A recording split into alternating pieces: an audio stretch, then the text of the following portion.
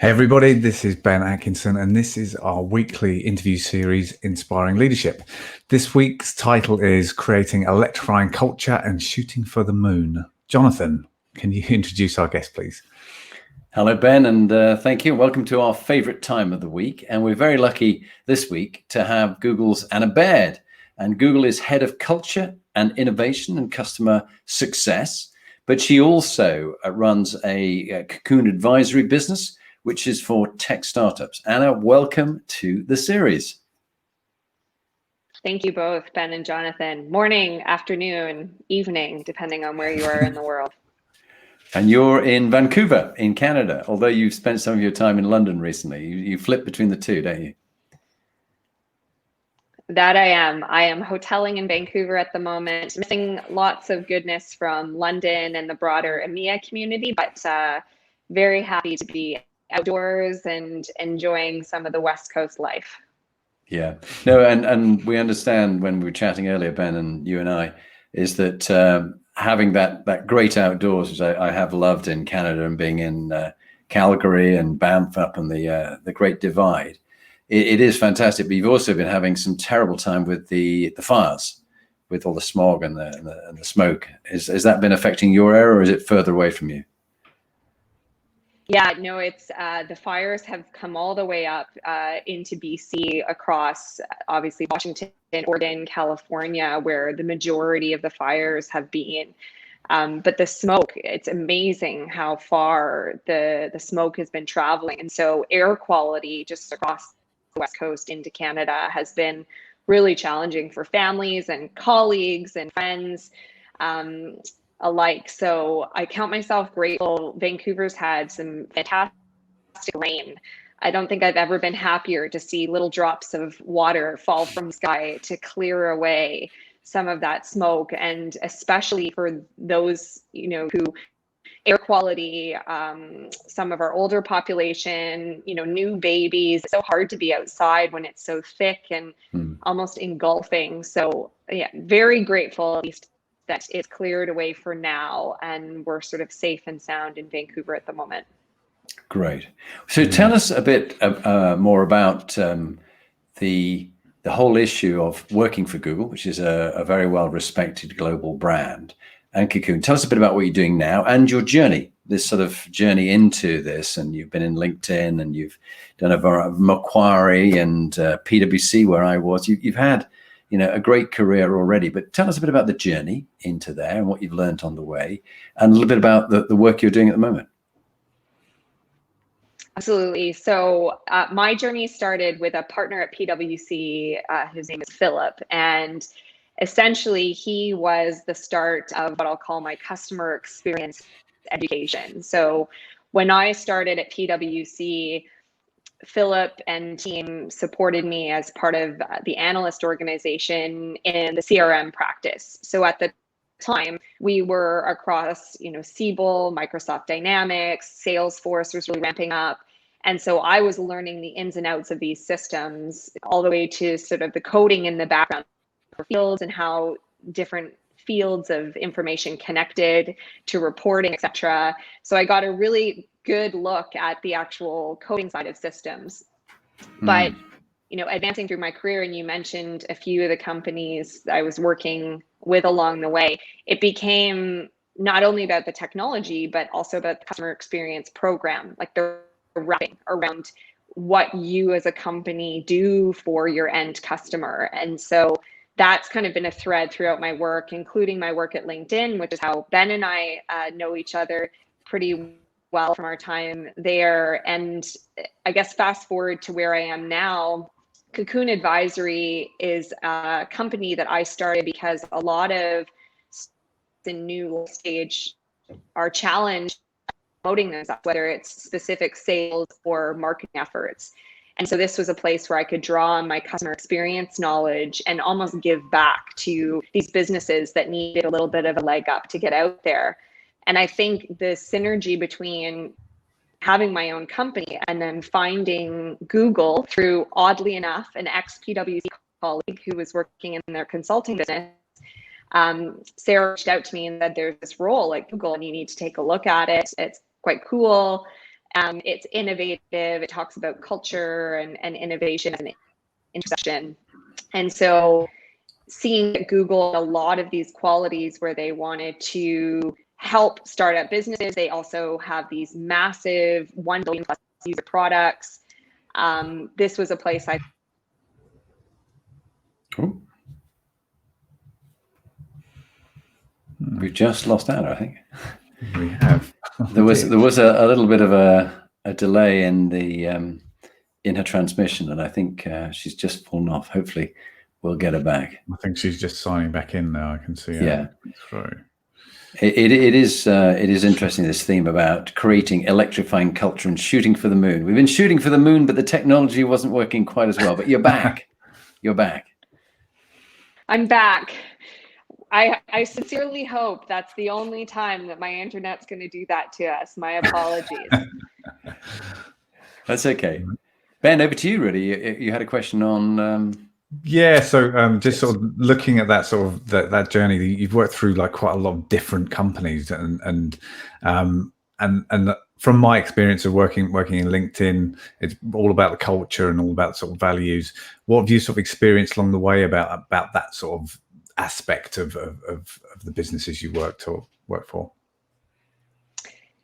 Yeah, so I think I probably dropped as I was summarizing Google and the synergy I felt with sort of my style and how I tend to try and lead and their style. And I think the one piece where I've stayed with a business for a longer term has been the fact that the culture is organic, and it's all about the people that have been hired or represent that business because they've been retained really well.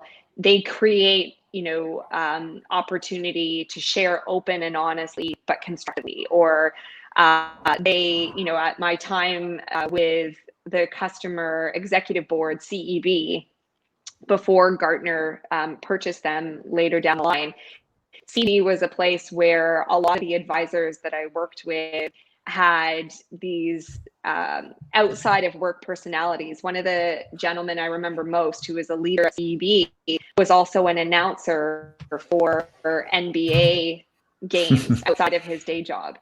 And so you can imagine for his customers, him showing up and talking about sales and marketing with this incredible announcer voice. I mean, talk about presence. That's something you can't teach. So I think, I tell that story because I think that the culture of being a real human behind the role or job that you have is really hard to achieve. I think a lot of people feel like they have to park their personal life or life outside of work when they come to work.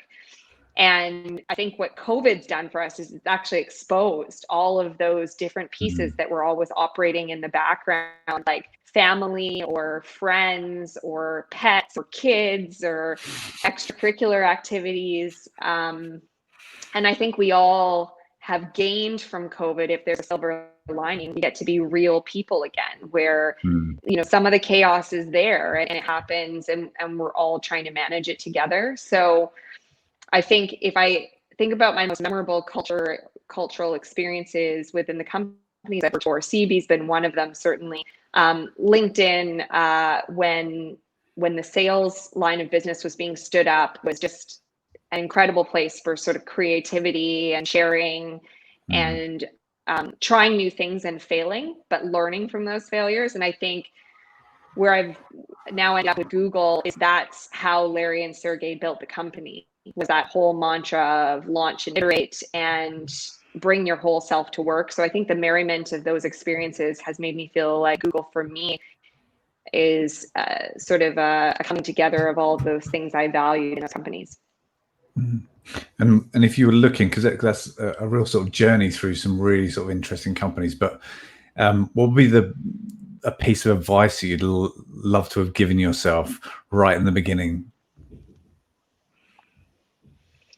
So going back to my PwC days, and Jonathan, you've experienced that culture. I think the one thing that I took myself very seriously as an analyst, I was always really worried about public presentations and slide decks and delivering the message. And I think what I've learned over time is the secret that actually the audience has no idea what you're about to share. So even though you have made a mistake or two, they have no idea because they didn't get exposure to the material or your presentation in advance.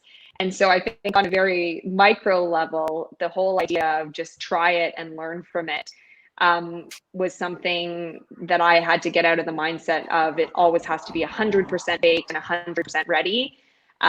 Within a lot of companies I've worked with or worked as part of recently, especially startups, 80% baked is good enough. And putting it out there and getting feedback is actually more worthwhile than perfecting it. And so I think that's the micro advice. The macro advice is life happens, failures happen, and they don't feel great. In fact, there are times where I think in your career, you just feel like you've hit a low because you're not producing at your best. You don't particularly enjoy the leadership you work for. You don't see yourself in them, whatever it is that's not motivating to you. And you kind of get into the doldrums. And I think for me, what I try now to impart to people is start talking, get out there and have conversations, talk to other people, what they're experiencing. You may not want to change jobs. You don't always have to leave the company, but maybe it's just a role within the company, or maybe it's what we call at Google, a 20% project where you're exploring something new. In the history of the world, I've never heard a time where someone said, volunteering was the worst experience I've ever had. I think trialing things in environments where you're supported is really positive, and find people that you can lean on for that advice. So I think those are the two things at a macro level. I would say go out and try new things in different environments, but also find people you value their advice, and have someone that's going to coddle you, have someone that's going to give you hard truth, and combine those, and you have a pretty good support network. Yeah, it is very interesting. You touch upon successes and failures, and I think it was the University of Michigan were talking about teachable moments. That when something doesn't work out, great, it's a teachable moment. What have you learned? What are you going to do differently?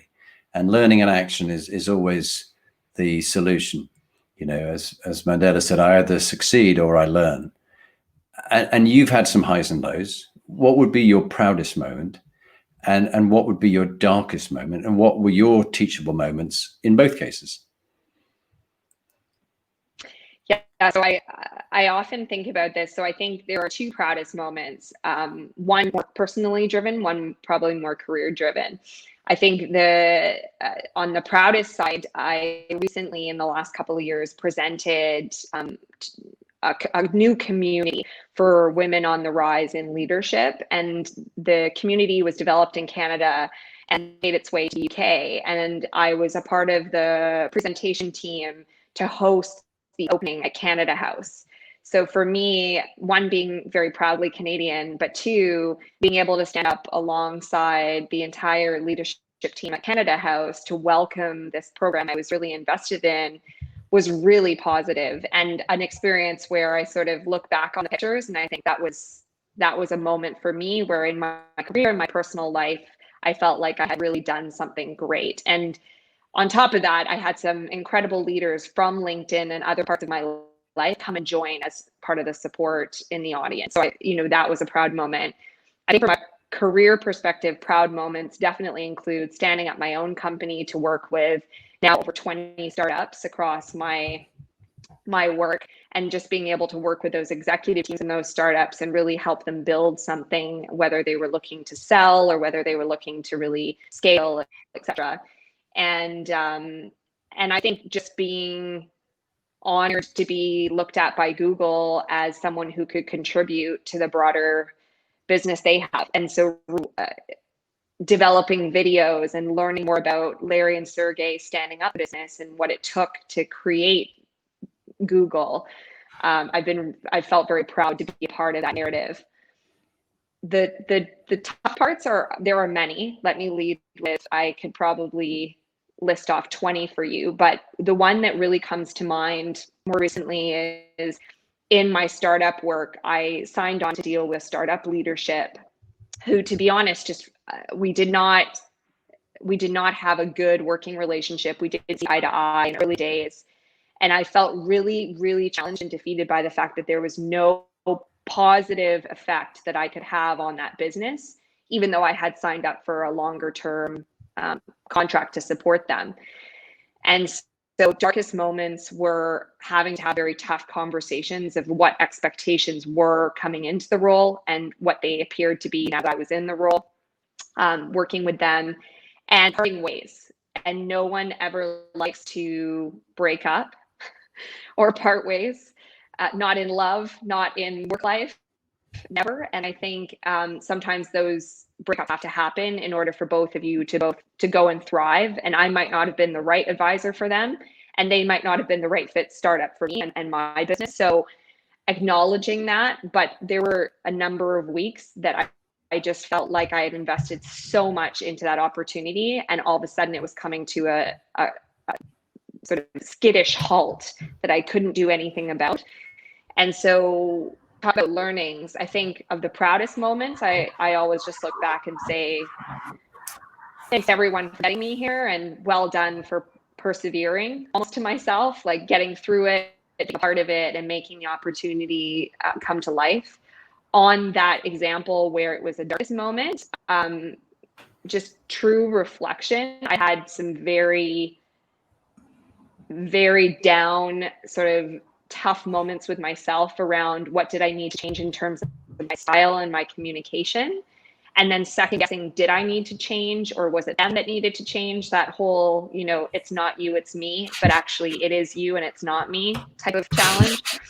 And so, I think coming out of it, I learned to write a lot of those feelings down when, especially around work, when things are just not, the results aren't there, the metrics aren't there, or the outcomes that I expected aren't there, and writing down the path of why I think that that has come about, or what maybe broke in the process. And I think there's a lot of time, especially when you're building your confidence, where you never want it to be you. You never want to have been the issue or the person that broke down on communication. And I think for me, in that example, there were aspects of my communication that could have been much better, much more clear, much more articulate, that might have helped that startup executive understand what they were getting when they contracted with me. Yeah. And so now I try and create that precision, through different mediums, etc. Very good. And we've got a bit of banter going on the chat show, but we've actually got a good question here from Chris Sunderland. Can we put that one up, Ben? Mm-hmm. Has the panel encountered imposter syndrome? Has it been seen in both male and females? How did you deal with it? Nice to see you, Chris. And Chris works in the legal world. If I could just go before you add your experience, Anna. It is, yes, both male and female. The interesting thing is the men tend to blag it. And friends of mine are in executive search. If the men have 50% of the qualities they're looking for, they go, I can do that. I'll learn on the job. But they get very frustrated, even the female executive search consultants, when the women who have 90% of the qualities go, I'm not quite there yet. They really not yet. I need to get more experience. Now, you can't generalize. Everybody is very different. But it's just the women tend to be more honest about talking about it than the men do. But it is something I've experienced with all leaders. They're afraid that somebody might catch them out and find them out. What's your experience, Anna? So agreed. I think with what you shared more broadly, I think it's definitely across the board that people sometimes look up, like you almost say, you pull your head out of the sand because you're so tunnel visioned on what you're trying to do as a leader, and you look around and you think, oh, do I really compare to those people, or am I competitive? And I think about things like performance ratings, and you're compared to your peers. That's how calibration happens in companies around performance. There has to be a scale. And so it's natural that you look around and compare yourself. The whole piece around, am I up to this role? can I do this job? My personal experience with it is there have been probably 2 times in my career where I have been up to the job, but the support or lack thereof that I was receiving from the leadership meant I was second guessing myself. And so their imposter syndrome was really a knock-on effect from my confidence being downgraded by perhaps a leadership that just either didn't believe in me or didn't give me the right stepping stones to show what I can actually do. I think there are other times, imposter syndrome is something that was talked about a lot at LinkedIn and it's talked about a lot at Google. And I think being a female leader, one thing that people often bring up on panels that I've been a part of is, do you see yourself in the other leadership above you? And that can often create imposter syndrome if you don't look like, sound like, think like, approach like the people that are ultimately making decisions on your success in that role. And so imposter syndrome becomes less about looking inward and saying, no, I'm up to the challenge, but it's more about, do I need to change my style to fit that leadership? Or do I plow through as, Anna Baird, extroverted, overly communicative, whatever those descriptors are, good or bad, and do I just make myself known in that footprint? And if I'm not the right fit for this business, I'll find another business. So I think for me, imposter syndrome has been divergent in terms of, do I stay and do I continue to bring my whole self to work, or do I find an opportunity to exit into something where my whole self is more valued? So that's been my balance. I probably didn't answer your question greatly there, Chris, but that's been the thing that I've struggled with the most as I've looked at my career. Beautiful. Yeah, thanks for the questions and keep them coming in as we're going. It's lovely to hear from people as the questions come to mind. We've got another one from Catherine. Have you had a mentor or a coach along the way? Many, and some I'll say paid, and some just lending me their time. So some of the coaches I've had have also been direct managers of mine. So at CEB, I had an incredible leader named Molly, and she's still there, still working in the practice. She's a very senior leader now, and she was my direct manager, but also my coach in the broader organization. And even when she was my skip manager in my early days, she always invested a lot of time with me around where did I want to go and what did I want to be known for in my brand. And so I think about her often because she literally was the reason and is the reason that I give and volunteer my time now to people looking to get into the type of industry I'm in or the type of role that I'm working on, or even the startup community. So she stands out. From a paid perspective, there have been a number of individuals, men and women, where I've paid for coaching around specific aspects. So public speaking being one of them, which has always been a part of many of my jobs. How do I perfect it? How do I create a narrative that engages people? So I paid for coaching on things like that, as well as just paying for coaching around even standing up my business. It's so funny. I'm an advisor to startups on sales and marketing. And I had my own startup where I needed advice on how to do all of those pieces that are required when you have a startup and you're wearing all those hats. And so I think it's a bit funny where it's almost, they say, lawyers make the worst defendants and doctors make the worst patients. And I think sometimes when you can't see the wood through the trees, you need external advice. Even if that's your field, you need external advice to soundboard it. And so when I think about, paid coaching, I often identify a prescriptive problem and go and look to fill it by having a coach in that space. Or if I'm lucky enough to have someone in my network who's willing to mentor me, I'll bend their ear for free or for dinner or for a coffee to get that kind of advice. Yeah. Lovely. So we always find with successful people that they normally have habits that made them successful, something that they've consistently sort of lent on over time. And we always look at those sort of different areas, both healthy, wealthy, and wise. So, what sort of habits have made you successful over your career?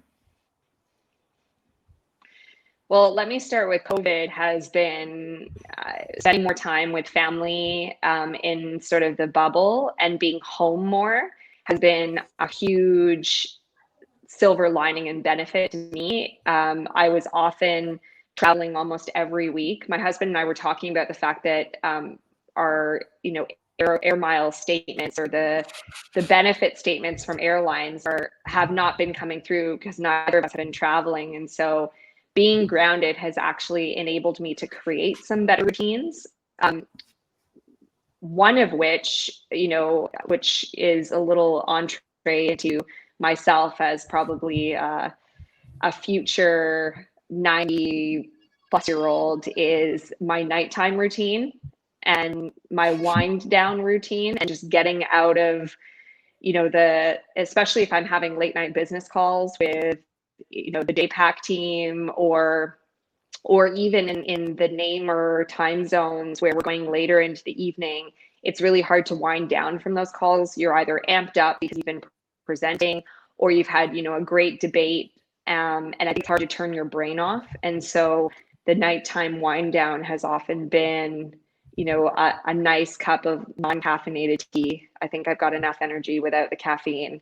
And, reading something that isn't to do with work. So like books or even just blogs, trying not to turn on the news for me. I found the news to be a much harder way to digest my day, especially more recently with all the socioeconomic and political perspectives out there.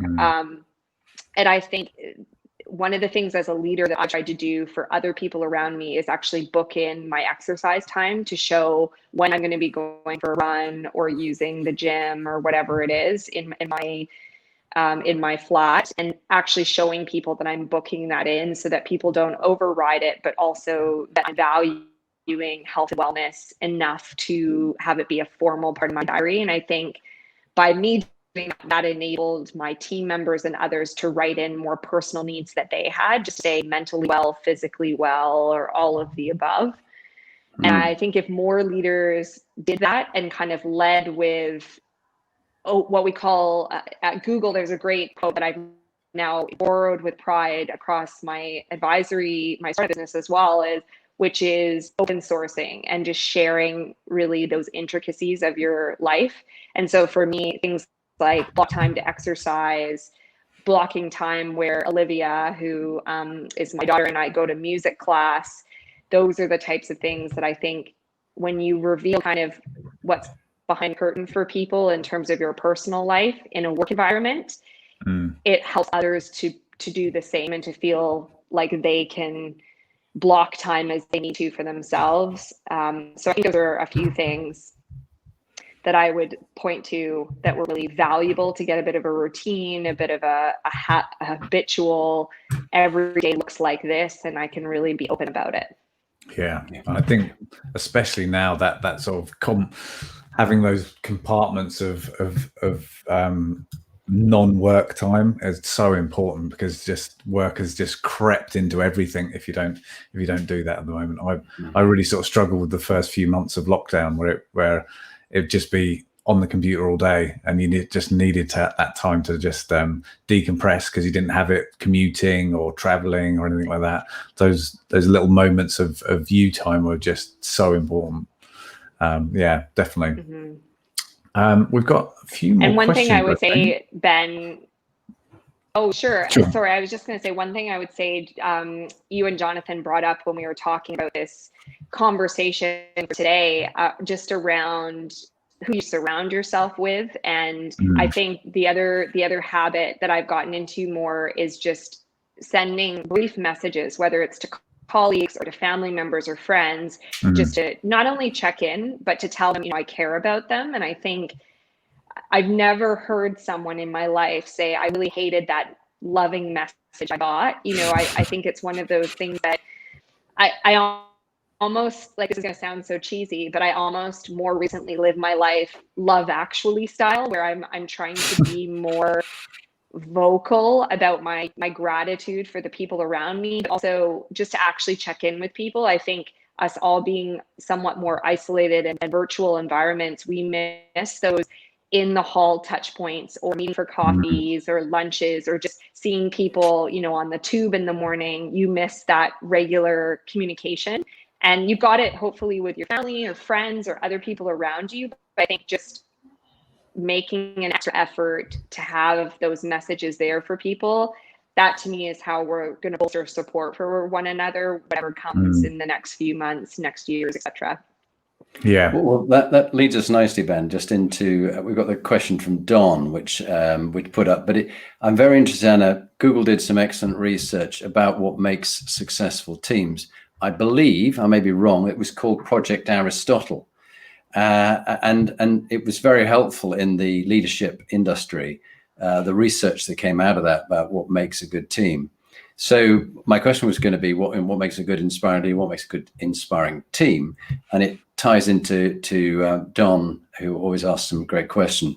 Don's question here. So maybe would you pick us up on teams, the work at Google on teams, and then your experience? Absolutely. So I'm going to shamelessly plug a video that was recently released on YouTube by Maria, who's one of our incredible team members in the people operations team at Google.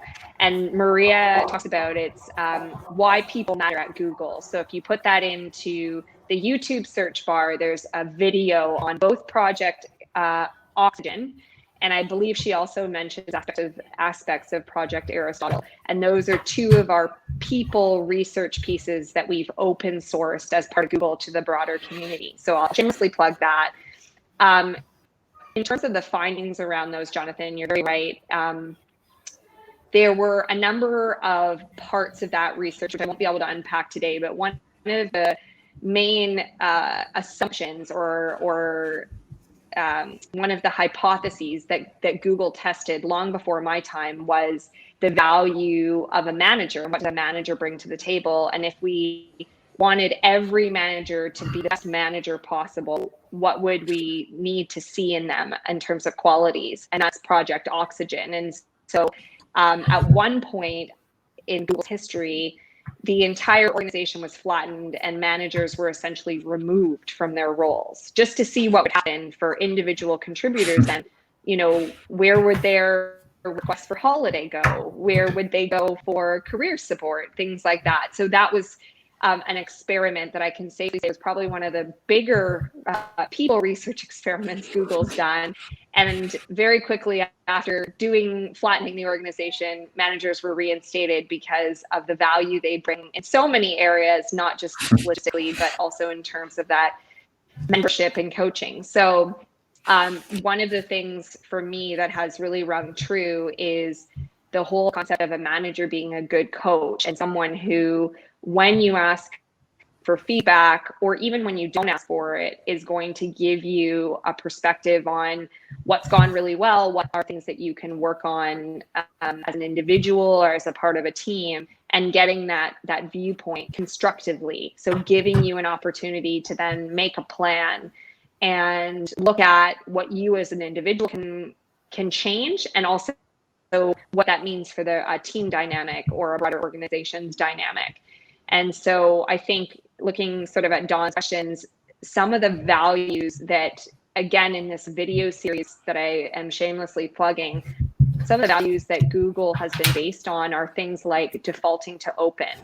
And so in my startup practice, one of the things I advised startups before I did work with Google was create platforms where people can share documentation and work together on the same documents, so that you don't create silos and people aren't reinventing the wheel. In a startup environment, you're so starved for resource and time. If you're consistently and continually creating things from scratch, when other people might have attacked it in earlier days, you're losing out on opportunity, and you're essentially losing out on money made, because that's time you could be spending with customers and clients. So I think the whole idea of sharing is caring is really true when it comes to the new virtual world, working with other people, getting people to share ideas, not having everything to be perfectly baked before it's shared, and iterating off of it is really important. And so I think that value plus what I would refer to, and I'll pause for reaction from both of you, is psychological safety. It's talked about so often.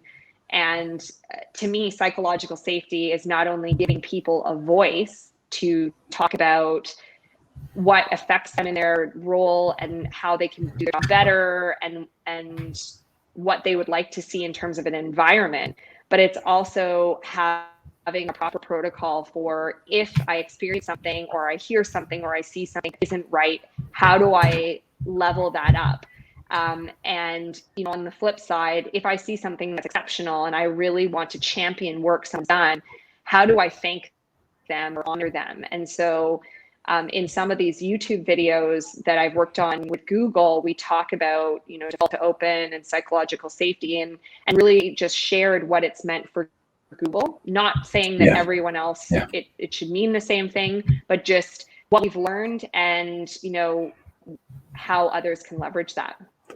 Well, if I could build on that, and we could bring in Mark Bagwell in a minute, who I'm going to be talking with Mark on Monday. Psychological safety, Anna, you've nailed it. It comes up for Ben and I time and again, but also in the best teams that I develop, they have already got psychological safety and they just need to develop it more. And in the toxic teams that my wife is writing a book on, Inspiring Leadership and the Toxic Turnaround, it's psychological safety as the basis of it. And there's that Speed of Trust by Stephen Covey Jr. Trust equals speed times cost. If there's not psychological safety, there's no trust. And if there's no trust, things just cost a lot and they take so long to do. What's your experience, Ben? Yeah, no, I completely agree. I think it's one of the most important roles of a leader is to extend that sort of safety net around the people that they're looking after, and for their team to have that level of trust in their leader, that they have their interests at heart. And another book which is really good around that is Leaders Eat Last. Simon Sinek, he talks about that whole piece really well. It's just about creating that safe space to be your authentic self, to be honest, to be transparent. And I think it cuts out a huge amount of problems, but it also enables people to perform at their best at all times. Yeah, let's put Mark's question up there, and then Mark Bagwell, and maybe Mark Baladi. Yeah, we've got loads of questions coming in. You've hit lots of nerves, I think, there, Anna. So if we miss anybody out, we apologise. There's so much coming up on the stream here.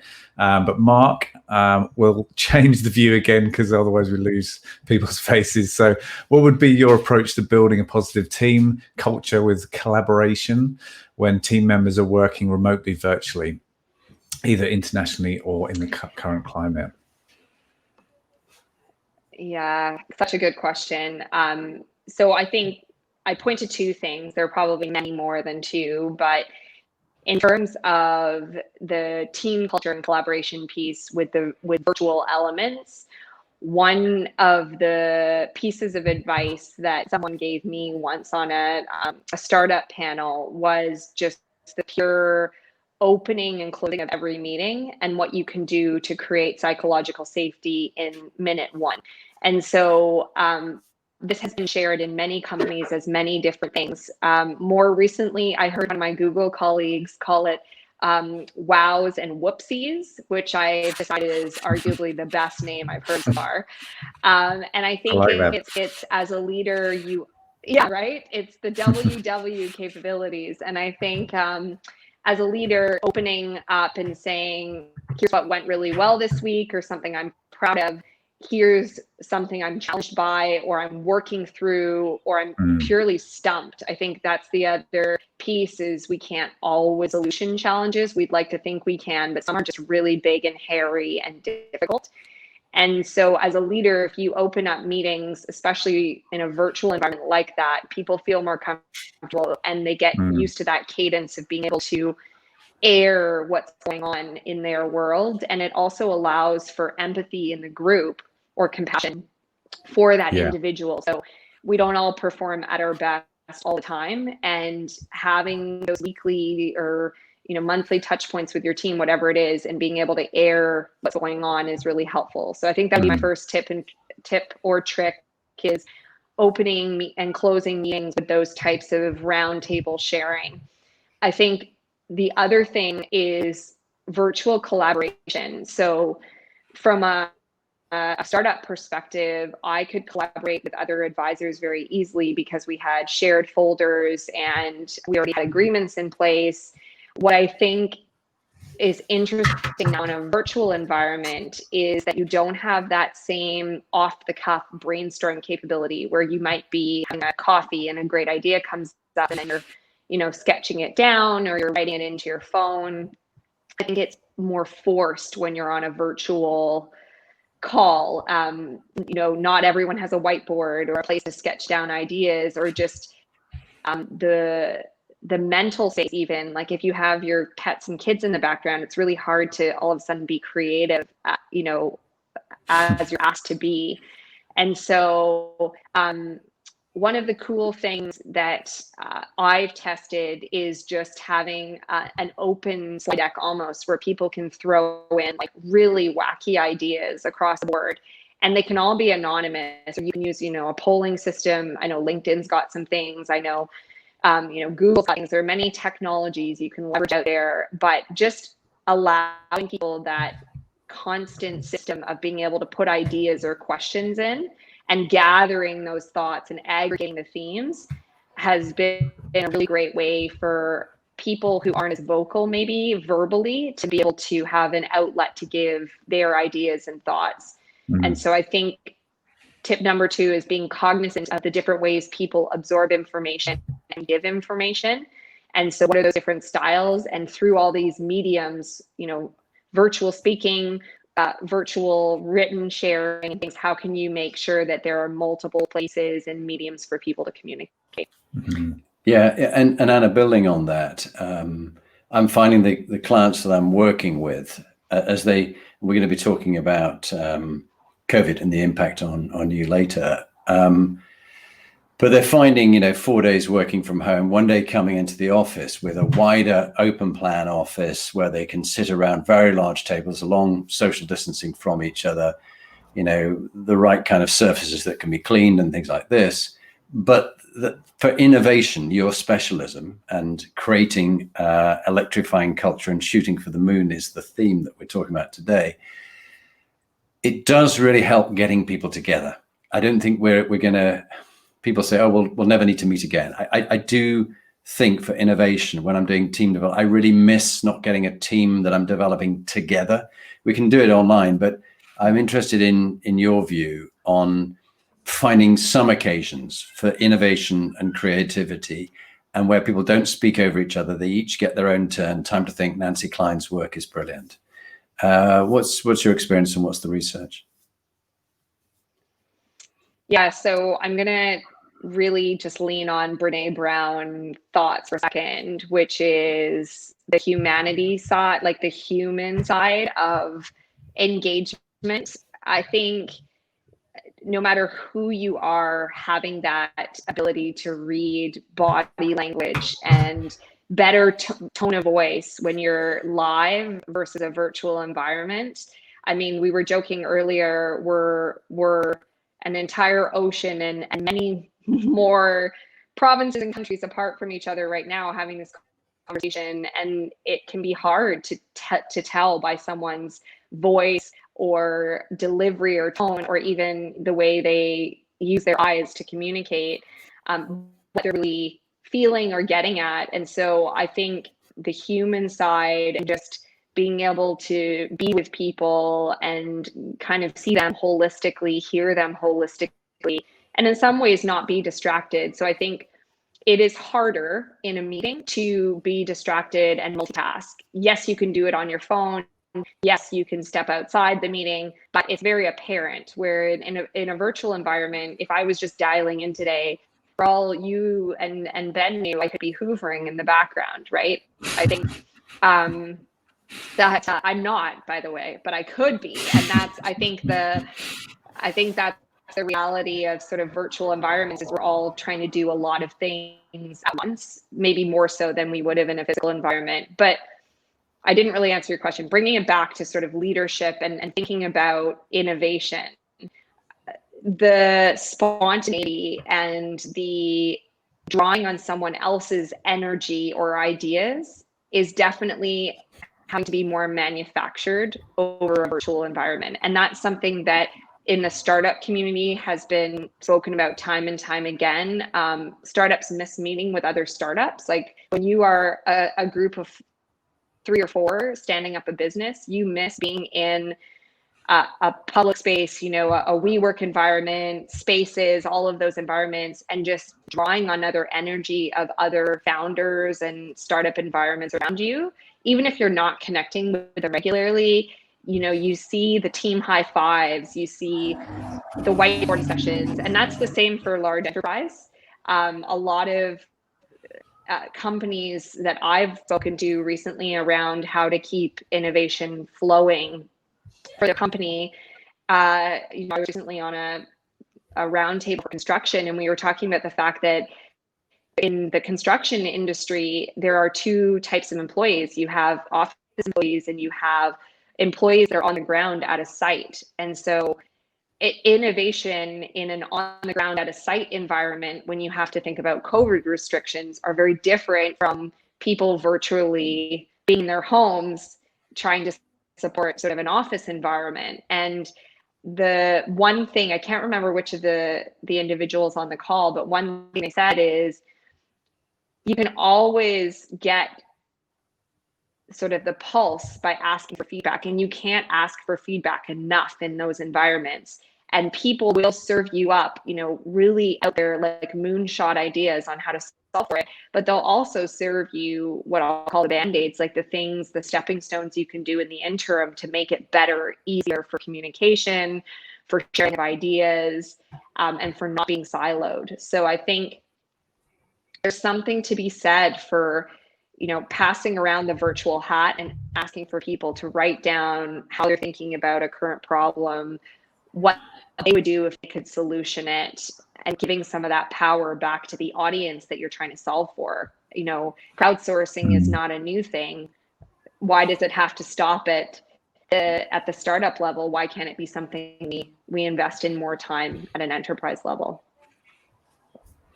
Yeah, definitely. And I think it's going to be so many things in that area that are lost in between the meetings. Sorry, my little one's in the background there. That's right. That's real life, Ben. It's real life. Yeah. So I think you're right with all those sort of moments which are outside of meetings and outside of your normal sort of interaction time.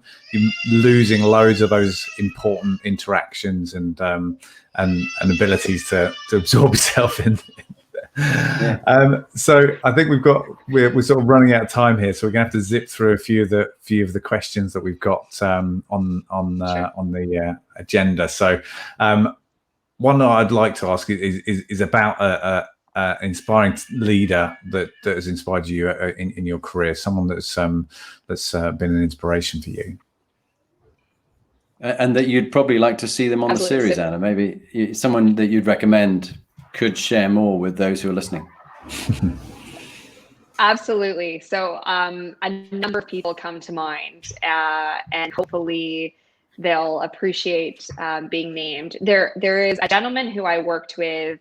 His name is Tarek, and he leads the people environment at Allen & Overy. And he was actually, I met him originally. He was a customer of mine at LinkedIn when I was running a point on the professional services portfolio, and have kept in touch with him over the recent years since his shift from his employer at the time, Deloitte, to Allen & Overy, and my shift from LinkedIn into sort of my new startup world.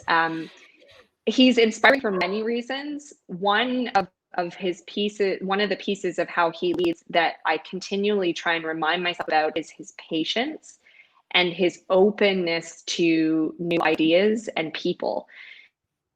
And I think it's very easy to become closed off. And I'm sure you can tell I'm a very excitable individual when I get really passionate about something. And that excitement needs to be balanced with patience, and patience for other people in particular, where I've been told by managers across my career that sometimes I'm 3 steps ahead, but I haven't brought people along with me on those steps. So they're a bit behind in the narrative, and or just haven't seen yet where I'm trying to go in terms of the project or the program. So I try and internalize that. And I think for me, Tarek is one of those leaders who is all about getting multiple minds around the table to talk about a problem, because I think his leadership style is the more the merrier in terms of abilities to find a solution. And I think I agree with that 100%. I think the second thing that I often heard from the few of his team members that I dealt with in both our sort of client relationship and then beyond is that he will, create an exceptional strategy, but he is constantly pulsing whether that strategy is working, and he will shift or tweak or add to the strategy for the future of that business or that work. And I think a lot of teams struggle to do that, leaders especially. I know I have, where I've created a really in-depth strategy and didn't want to shift away from it because so much time went into the strategizing, we now had to go and deliver. And so having that mindset of maneuverability, I think, is as a huge capability that he has, a muscle I'm trying to grow myself. So he would be someone I would point to. He's also just an incredibly thoughtful person to have a regular life chat with. And so I just enjoy spending time with him. And I think that's why I really value him as someone and an input to how I lead. Great. And if I combine about 3 of the questions that we were going to ask, which is the whole theme of COVID, pandemics, change, coping with things, what are you picking up personally from the research that you've done and the tech companies you're helping about the way it's going to be in the future? What are the people listening? What is the world of work going to be like? There's some general things we also know where it's going, but what are you picking up that's just a little different? Not many people would have heard about it. 1 or 2 little bon mots. Yeah, it's going to be very introspective, what I'll share. So I recognize, let me caveat this with, I recognize this is not necessarily going to be blanket for a lot of businesses, but I think within the tech sphere, early days, talking through with our public affairs team, and there will be a lot more sharing, I think, coming out through Twitter in terms of what Google specifically is going to share. But even looking at startups, a lot of what the offering is for this really cool innovation environment is about the environment itself, the physical environment, and some of the things we've talked about today, which is being able to meet at a table. So with Google, part of the experience is some of the food offerings and drink offerings, so that employees are encouraged to kind of feel like they're around the lunch table with their family and can talk about things that lead to work innovations, but also lead to deeper relationship building. So the whole, Larry and Sergey creating free lunch for Google employees was based on that concept of family and trust and building relationships outside of meeting rooms. And then, I think about startup community, it's very true. Again, being in that fast-paced environment where you're moving from possibly office space to office space, and you're growing and you're sharing like one desk with 3 people before you move up to your new space. And that physical environment has created really deep links for those employees, but also trust in terms of what they're working on, and soundboarding innovation capabilities to share ideas on the go. And so one of the things I think that we're challenged with across companies, but particularly when I think about sort of tech and startup world, is how do you have employees have that physical environment? So do you bring it into their home office? do you have a share time where they work from home some of the time and they use physical office spaces for these innovation, thought process experience meetings? And what does the physical environment continue to look like? Is it as big as what it was before? Do you start to look at more things like hot desking if you didn't have that before? Your rotation schedule? How do you bring everyone together?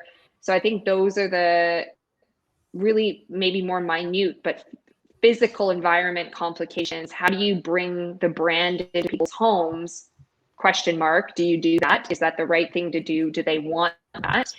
And for employees that want to come back to the office, how do you keep it safe but intimate, for lack of a better term? How do you make it comfortable again to share space and to share ideas thereafter? So I think that's one of the biggest things that we're grappling with in startup world, in sort of my Google world, and I think more broadly companies are trying to find that balance. Yeah. Excellent.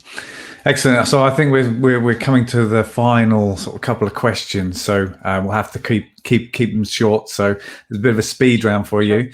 So what would you like your legacy to be? That I've given back.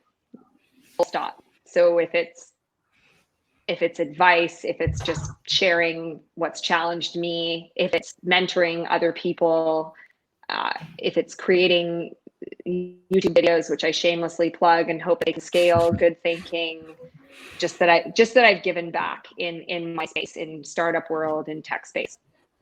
Perfect. Finally, I just wanted to take one from the stream, which we missed earlier. So Venkat, who's listened to the show quite a few times, just wanted to look at what his objectives for the ideal objectives for someone just sort of starting out in any industry. Yeah, that's a big question. In short form, I think I'm going to rip a page out of Ben LinkedIn's book and say the best place to start is to find people on a platform like LinkedIn or the Dots or Facebook, depending on what industry you're in, and look at their profiles and what they've done in their career, skill sets they have, courses they've taken, volunteer programs they've been a part of. And I don't think there's anything lost in reaching out to those people to see if you can bend their ear. You may never hear from them, but mirroring their path or finding activities in what they've done and testing them yourself, I think is a huge way to build into a career or an industry that you don't know as much about. And then I would be remiss if I didn't mention all of the online courses you can do. There are multiple platforms out there, and just, taking a 30-minute course or being a part of a 3-year online course, there are various offerings that help you scale up or get more comfortable in new spaces. That's a cheater way of answering that question, but hopefully it's helpful. Anna, it's been an absolute pleasure. We've had so many questions, so many comments on the stream that we haven't had a chance to get to them all. But I think it's real testament to the great comments and advice you've given. Thanks so much for joining us, and thanks everyone for asking questions, commenting, and please do like, share, and follow both Jonathan and I for more of the same. Thanks, Anna. It was fabulous. Thank you so much. It's been a great conversation. Look forward to the next opportunities. Great stuff. Stay on the line, Anna, and thanks everybody. See you next week. Bye, guys.